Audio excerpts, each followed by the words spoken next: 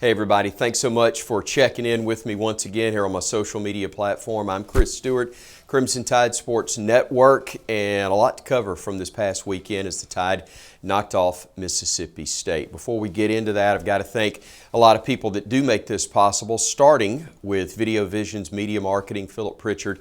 Longtime friend of mine, does great work, not only these projects like this, which he does out of the goodness of his heart, but also whether you're looking to have a commercial made, an instructional video, anything that you need from a video production standpoint. Literally, Philip and his company have done it.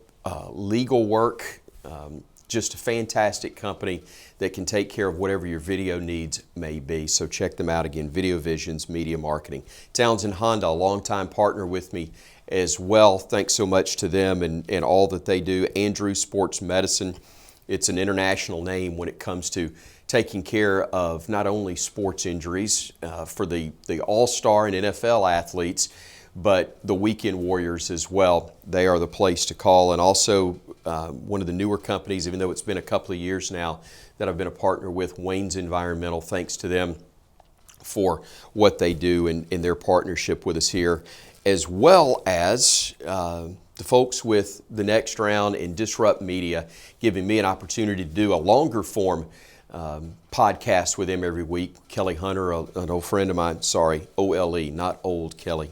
I'm older than you, I know. Respect the Process is the name of it. Again, part of that Disrupt Media podcast family. Okay, Bama wins it over Mississippi State, 40-17 this past weekend in Starkville. The Tide taking care of business early, got that 14-0 lead. I thought one of the real keys in the ball game, major part of point in that game. It's 17-10. Alabama's got the ball on their half of the field. They've got third down, and I think it was third and long. And Jalen Milroe connects with Amari Nyblack on a pass for a first down. I think actually Bama had third and short on the previous play, and Nyblack was guilty of false start or offsides. It was something that backed him up 5 yards. The next play actually goes to him, makes the catch, gets the first down, keeps the drive alive, and ultimately Alabama scores to make it 24-10. Then on the very next play, I think there was just over a minute to go in the half, Will Rogers throws a pick, his second of the ball game. Bama's set up with a short field. They punch it in before the half, and now all of a sudden, instead of it potentially being a 17-17 ball game, it's now 31-7, and that thing, or 31-10, excuse me, and that thing was over. Everybody knew it, and since it was approaching 10 o'clock at halftime, folks were heading to the exits. We'll have more on that in just a moment. The good, the bad, the ugly, something that we bring you here each week. Coach Saban does it with his team in film study on Sundays. We've got our own version that we have here on the podcast. The good is presented by Townsend Honda. If you want a good deal on a good car, check out townsendhonda.com. The good, or a bunch of them in a 40-17 win, but for me, the defense scoring that touchdown that I mentioned. Chris Braswell getting the pick after the deflection from Jamarian Latham, able to take it in for a score. And I talked with Coach about this on his television show. There's just something, touchdowns count the same. 7 points are 7 points with a touchdown and a PAT, regardless of how you score them. But there is something different about a defensive touchdown and the lift that it gives your team. More energy, more life. And I thought that was something that was great to see again. It's been a while, as Coach pointed out, but the defense getting the touchdown, that was the good, presented by Townsend Honda. Honorable mention goes to Connor Talty, the backup place kicker. Pretty good tackle on Bama's final kickoff. That got everybody juiced up a little bit late in the game as well. The bad is brought to you by Andrew Sports Medicine. When you've got a bad injury, trust the leaders in sports medicine and orthopedic care. Here's mine as I go grumpy old man. Paw will say that the bad was really not an 8 o'clock kick. How about an 8:15 kick? Because you know what? We're backing it up till 8 o'clock for television, and then we have to back up the start from there because, the game in front of you is going long. And guess what? They still don't join it in time. We go ahead and start it at 8:15. Television, now granted, they've got a gazillion channels they could switch over to get the open. Here's an idea, play it at 7 o'clock and you can start off on that channel to begin with an hour and 15 minutes earlier. or the video stream, or my personal preference, listen to us on the Crimson Tide Sports Network. They're not going to listen to me. Those people have lots more money than I do, so they get to make the decisions. But man, starting at 8:15, that is not good. That is indeed bad. And the start of the second half wasn't great either. Bama giving up a touchdown.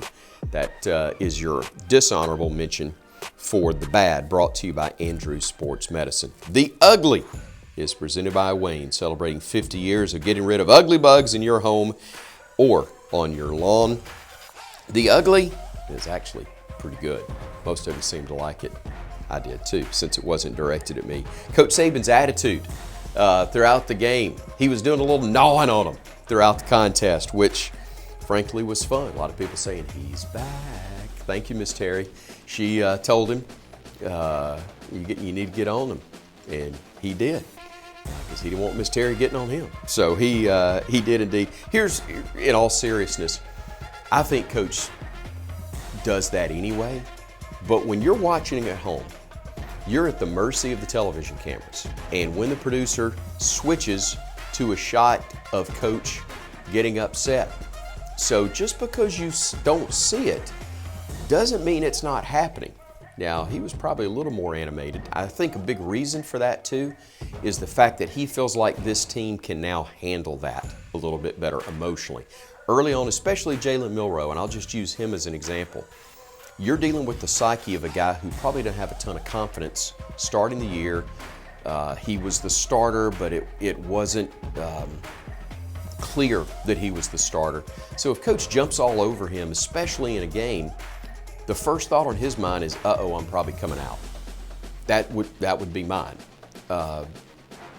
So he probably is, I'm not going to say a little quieter early on, but he may not be as volatile in his reaction to a mistake made early on in the year. Well, now it's clearly Jalen's job, and I think he understands that, and he's got the confidence that comes with that, but when he makes a mistake, he can probably handle being jumped a little bit better. So that's just a guess on my part. I don't know if it's accurate or not, but I think that's part of the reason that you've got more of the vintage Coach Saban, if you will. And again, the Ugly is presented by Wayne's. Hopefully it won't be ugly in College Station, Texas. Alabama takes on the fighting Texas Aggies, 2:30 kick, CBS.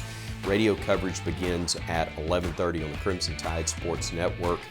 Huge game, obviously, as both of these squads are undefeated in conference play in the SEC West, and the winner will have a much better spot, much better chance at getting things done as the Tide and the Aggies meet in College Station at Kyle Field. The place will be rocking.